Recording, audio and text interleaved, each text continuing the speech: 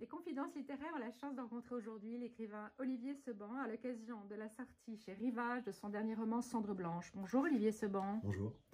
Je me propose pendant cette petite heure que nous allons passer ensemble d'aborder avec vous votre actualité, votre dernière parution, les œuvres littéraires et les auteurs qui ont marqué et jalonné votre parcours, vos coups de cœur littéraires, cinématographiques plus récents et la musique qui vous accompagne, quelques questions ayant trait à votre rapport à la littérature et à l'écriture.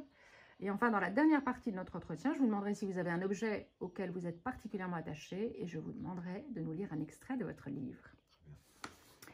Olivier Seban, Cendre Blanche est votre 5e roman. Oui. Amapola, votre premier roman, paraît en 2008. Oui, exact. Le jour de votre nom en 2009. Ouais. Ces deux premiers romans ont pour thème la guerre d'Espagne, votre pays d'origine. Ouais. Avec Sécession en 2016, vous nous proposez une époustouflante fresque familiale dans le Grand Ouest américain, avec en toile de fond la bataille la plus célèbre de la guerre de Sécession, la bataille de Gettysburg. Nous sommes ensemble ici aujourd'hui pour parler de Cendre Blanche, votre dernier opus qui vient de paraître aux éditions Rivage. Roman dans lequel nous retrouvons votre passion pour l'histoire, les guerres civiles ou intrafamiliales et la culpabilité.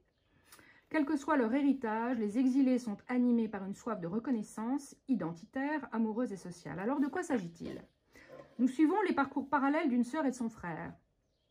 Ametsa et Franck entre 1925 et 1944, depuis le Pays basque français, puis l'Espagne en proie à la guerre civile, jusqu'au bas-fond de New York où sévit la pègre. Votre roman commence en 1925 avec une scène de violence impliquant une fratrie et des contrebandiers désireux de les marquer au fer rouge. Franck et Ametsa n'en sortiront pas indemnes. C'est le début du livre. La jeune femme va se créer une nouvelle vie et fuir à New York. Ametsa y devient Emma. Elle y rencontre Saul Mallinson, un mafieux de haut vol. Ensemble, ils organiseront des braquages et des règlements de compte, s'associant aux politiques corrompus et à la pègre locale, et fonderont une famille. Le passé refera néanmoins surface, sans prévenir, et Emma accomplira sa vengeance.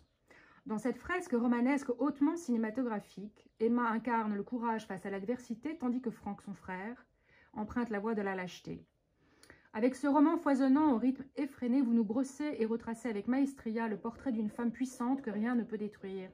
Drame familial, roman picaresque, fresque historique, roman noir, histoire de vengeance, se mêle avec puissance et brio. Olivier Seban, pouvez-vous nous parler de votre livre? Et d'abord, quel a été l'élément déclencheur de ce roman? Alors, l'élément déclencheur, en général, je pars sur une image. Et là, la première image que j'ai eue, c'est un matin en montagne, par un espèce de froid glacial, des contrebandiers qui attendent un camion avec un chargement, un moteur de 600 kg.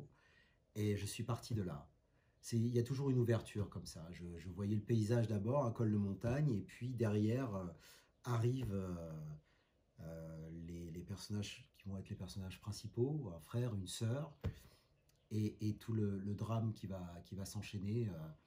Il y a un moment de bascule et qui va entraîner toute la suite du roman. En général, c'est sur une ouverture comme ça, et j'ai souvent une idée qui m'obsède, une thématique, et là, la thématique, c'était l'idée de...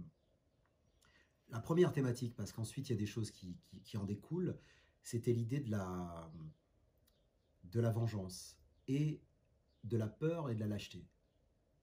Je voulais j'avais une idée de comparer entre le courage, qu'est-ce que le courage, qu'est-ce que la lâcheté. Évidemment, les choses ne sont pas si simples que ça, mais... Incarnées chacun par un personnage. Elles sont incarnées avec des ambivalences. Avec des ambivalences. Mais là, les ambivalences, je les ai rencontrées au fur et à mesure du récit. Donc oui, c'est toujours une ouverture. En général, c'est toujours un paysage. Comme Sécession, c'était un homme qui fuit dans les marais, avec une chemise tachée de sang. L'ouverture, à chaque fois, me vient de... Puisque j'écris en décrivant beaucoup, j'ai une écriture, ce qu'on disait, scopique. Donc du coup, c'est toujours une image qui ouvre le livre.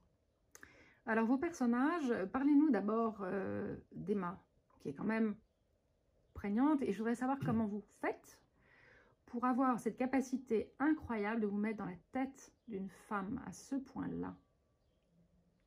Eh bien, je dirais que d'abord, je ne me suis pas posé la question. Pour moi, une femme, c'est un être humain. Il y a des auteurs que j'aime énormément qui ont parlé de femmes, notamment, je pense à Jim Harrison d'Alva, ou je pense à mon maître Flaubert, Emma Bovary. Et là, je l'ai aimé en fait. Voilà, je me suis mis à l'aimer et à me dire à me mettre à sa place, à ressentir les choses à sa place. Et en fait, dans le processus d'écriture, ce qui se passe, c'est que, euh, au fond, je dis me mettre à sa place, mais c'est pas tout à fait ça. C'est au moment où on écrit, on disparaît. Donc, on peut être toutes sortes de personnages. On peut laisser refluer toutes sortes de choses. On peut décrire des personnages abjects comme des personnages touchants, beaux, comme une femme, comme pour moi, c'est l'écriture qui mène la danse. Je dirais, c'est ce qui reflue de l'inconscient, et ensuite il y a un tri, etc. Mais c'est ce qui mène la danse, avant tout. Parlez-nous un peu de la relation d'Emma et de Saul.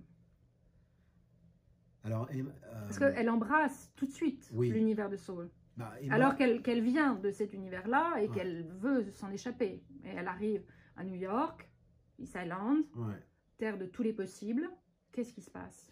Alors, il y a une autre dimension qui rentre dans l'idée d'écrire sur une femme, c'est d'aller vers quelque chose qui me serait étranger, c'est-à-dire vers une femme. Il y avait quelque chose de passionné chez moi. Il y avait un mouvement. Et Saul, pour moi, correspondait à ce qu'elle cherchait chez un homme. C'est-à-dire qu'elle cherchait à la fois une force brute, mais quelque chose de construit. C'est un gangster, mais ça pourrait être une brute épaisse, mais pas du tout. C'est quelqu'un d'extrêmement intelligent, très élaboré, comme c'est les gangsters de haut niveau de cette époque-là et l'étaient forcément. Que l'on rencontre d'ailleurs dans votre livre. On rencontre dans le livre, ouais. C'était des gens extrêmement brillants, extrêmement intelligents, extrêmement violents aussi. De toute façon, cette société américaine en construction de l'époque est extrêmement violente, donc ils se sont adaptés. Et elle avait besoin de ça, puisqu'elle vient d'un milieu violent, et elle efface tout. Et elle rencontre quelqu'un qui lui est foncièrement étranger, mais qui, d'une certaine manière, jusqu'à un certain point, lui ressemble, tout en étant jamais aussi forte qu'elle. Finalement. Ça, je l'ai découvert au fur et à mesure du roman. C'était au fond, elle, la plus tenace. Elle s'est construite à mesure de l'écriture, en réalité.